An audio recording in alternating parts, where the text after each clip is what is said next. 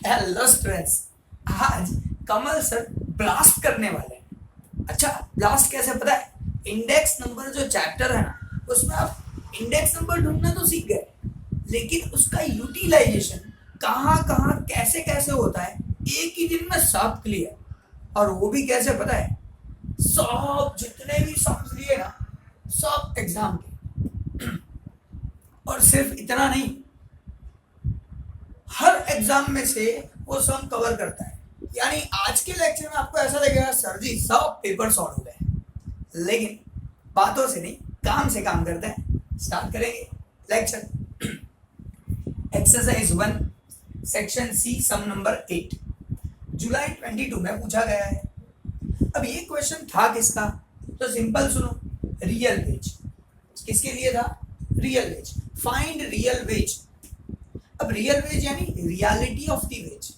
आप 5 लाख कमा रहे हो, पहले आप 4 लाख कमाते थे, अभी 5 लाख कमा रहे हो, तो एक्चुअली आपका रियल वेज 5 लाख नहीं है। अगर महंगाई बढ़ा है तो आपका 5 लाख नहीं है, उससे कम है। महंगाई बढ़ा है तो, अगर महंगाई कम हुआ है तो आपका रियल वेज उससे ज्यादा है। ठीक है, इसको थोड़ा डिटेल में समझते हैं। क्या दिया है? ईयर दिया है 10, 11, 12, 13।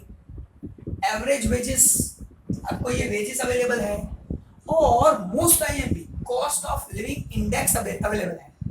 तो cost of living index number से हम लोग फाइंड कर सकते हैं रियल वेज। तो हमको यहां तक क्वेश्चन दिया है, फिर बोला है फाइंड रियल वेज। अब ये क्वेश्चन सॉल्व कैसे करेंगे? एकदम आसान है, देखो ध्यान से।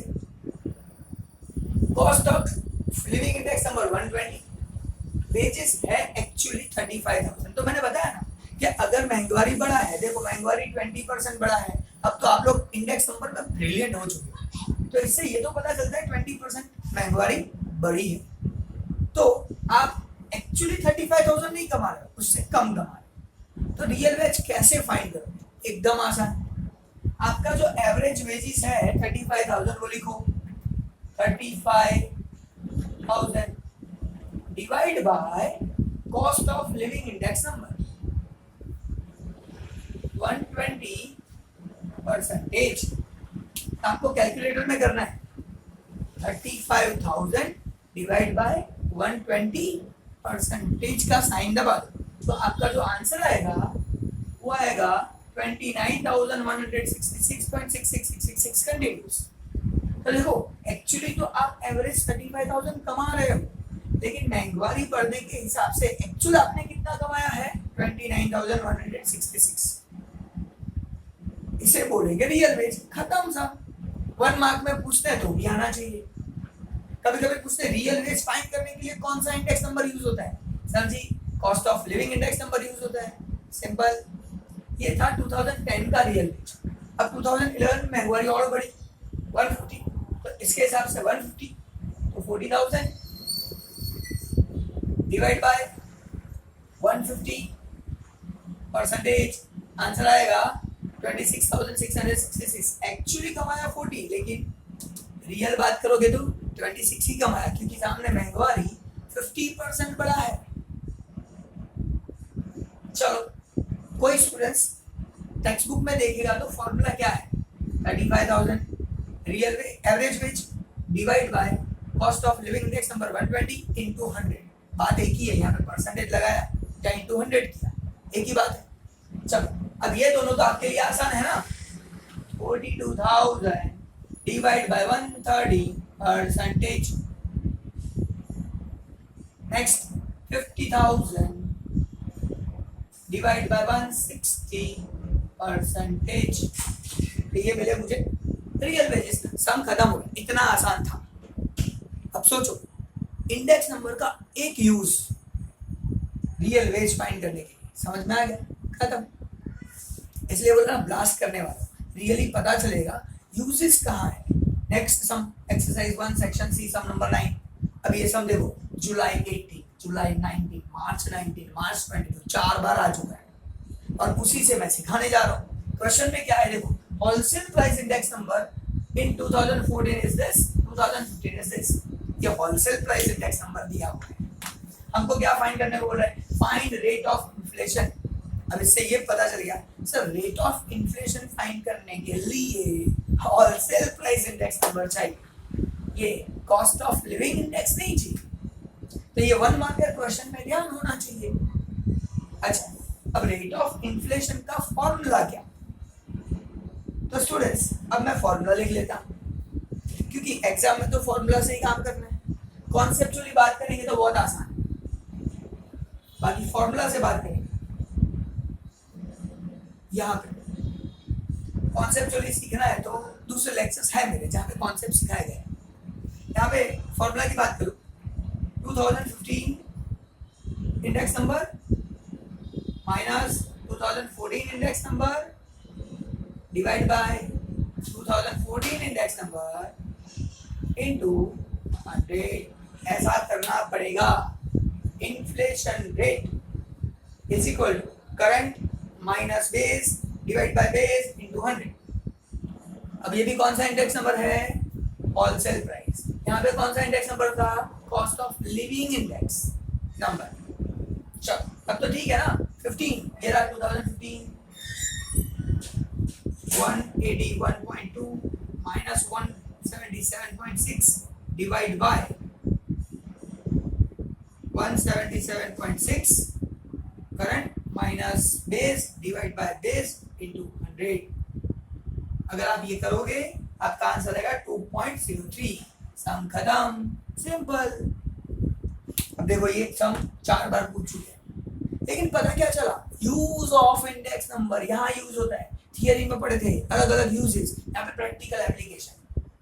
Next exercise 1 section A sum number 8 2 बार पूछ चुके हैं, मार्च 20 मार्च 22 2 बार। अच्छा क्वेश्चन क्या है? Find purchasing power. मुझे परचेसिंग पावर फाइंड करनी, sorry purchasing power related sum है। Purchasing power for 2016 is 0.75। Purchasing power दे दिया है। Find index number for 2016। अब परचेसिंग पावर दिया है, इंडेक्स नंबर फाइंड करना है।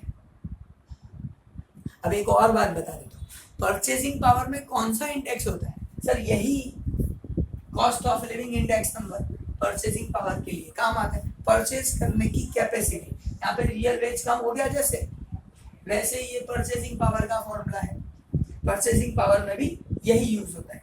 देखो ध्यान से, मैं आपको सॉल्यूशन दे रहा हूँ। Purchasing power is equal to 1 upon cost of living index number percentage.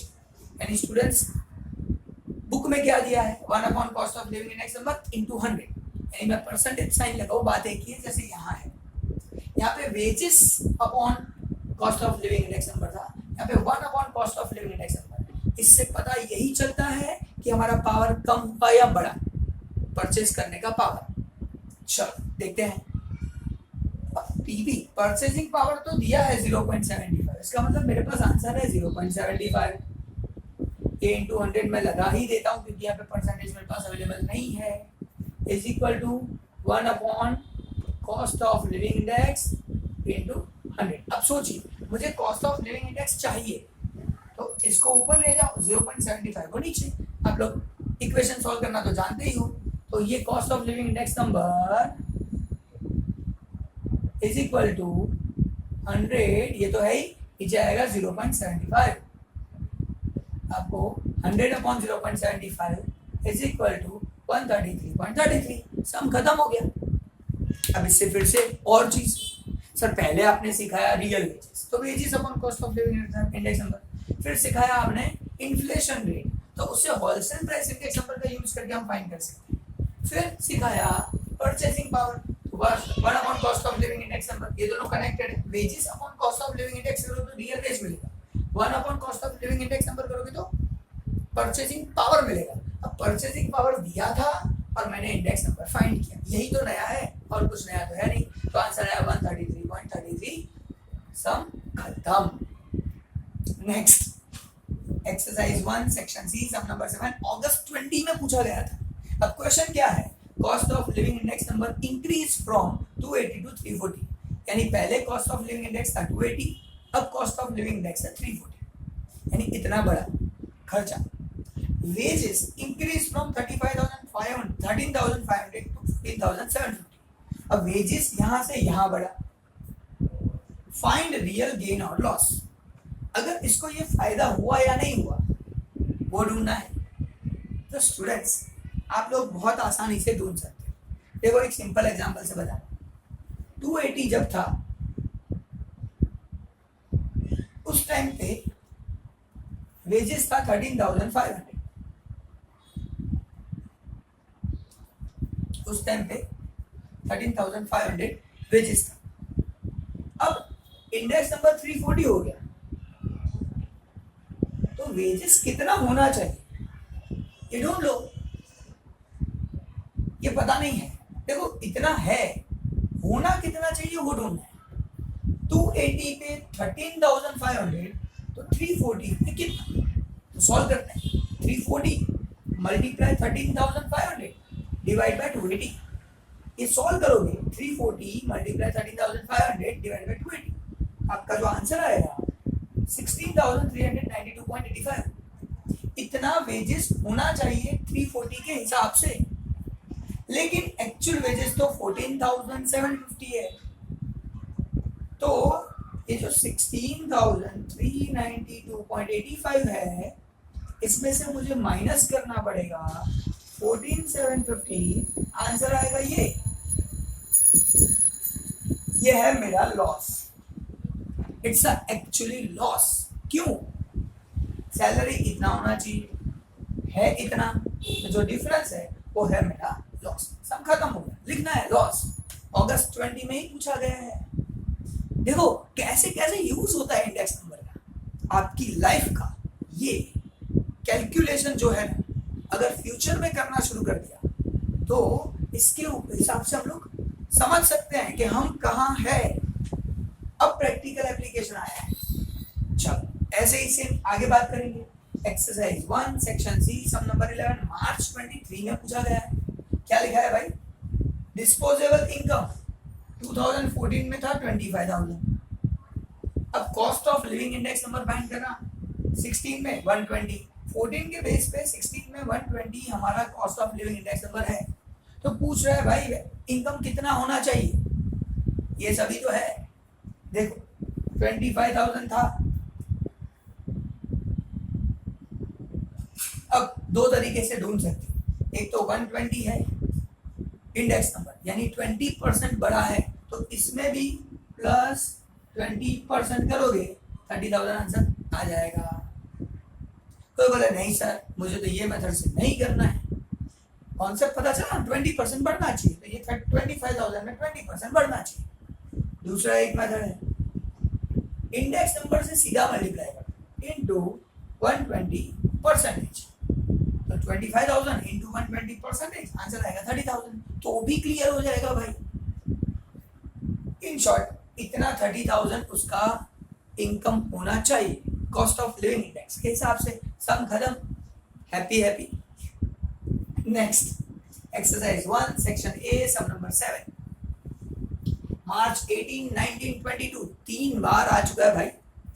अब सब में है कुछ नहीं। देखो price of item increase by 4.5 times, price of item increase by 4.5 times. याद करो मैंने आपको एक सम सिखाया था मस्त, शायद लास्ट वाला सम था सेक्शन एफ में, जिसमें अलग अलग टाइप के इंडेक्स नंबर फाइंड करते हैं। उसमें ऐसा था increase by 4.5 times.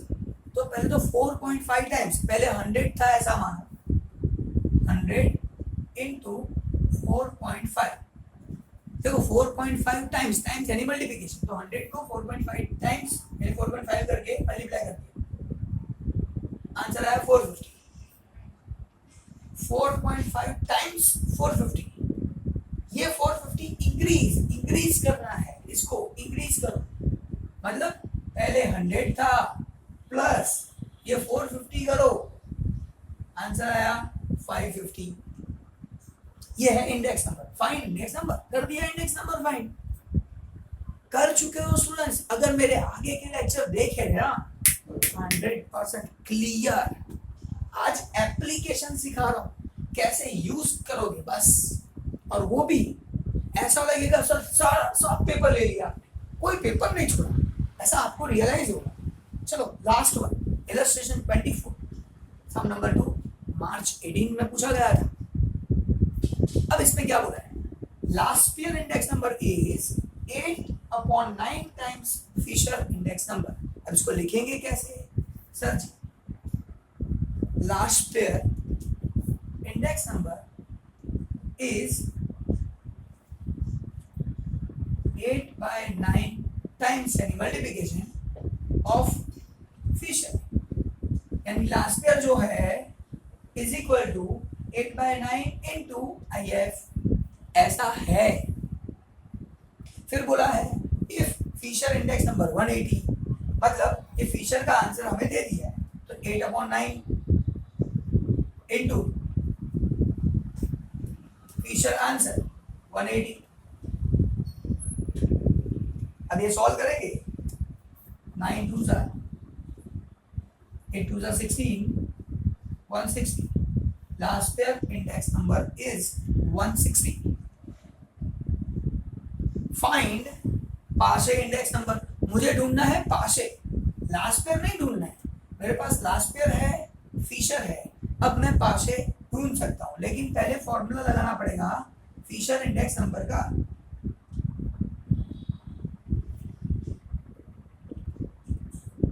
Fisher index number is equal to under root last year index number into Paasche index number. अब ये भी आप सीख चुके हो। अब इसमें जो जो अवेलेबल है लिखते जा रहे हैं। सर फिशर इंडेक्स नंबर ये रहा 180, root as it is, last year index number 160 into Paasche. अब आप लोगों को पता है रूट कैंसिल करना है, स्क्वायर कर दो।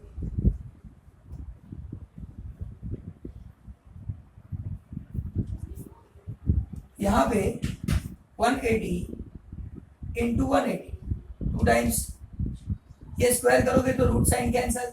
ये 160 मल्टीप्लिकेशन में है, अगर सामने गया तो डिवीजन, तो आपको क्या मिलेगा, पाशे इंडेक्स नंबर। और जब ये सॉल्व होगा तो आपका आंसर आएगा 202.5% पाशे इंडेक्स नंबर। यहाँ पे मेरा सम 100% खत्म। अब आप सोचिए स्टूडेंट्स, आज मैंने ब्लास्ट क्यों बोला था, इसीलिए बोला था कि हर क्वेश्चन पेपर में से सम ऐसे लिए हैं जो एप्लीकेशन वाले हो, और इसी में लोग गड़बड़ कर देते हैं। आप नहीं करोगे स्टूडेंट्स, बेस्ट ऑफ लक, जोरदार तैयारी करो, और हो सके तो टेक्स्ट बुक खत्म करो, और फिर जैसे प्लानिंग बताए पेपर खत्म करो। मिलते हैं नेक्स्ट लेक्चर में नए टॉपिक के साथ। Bye bye.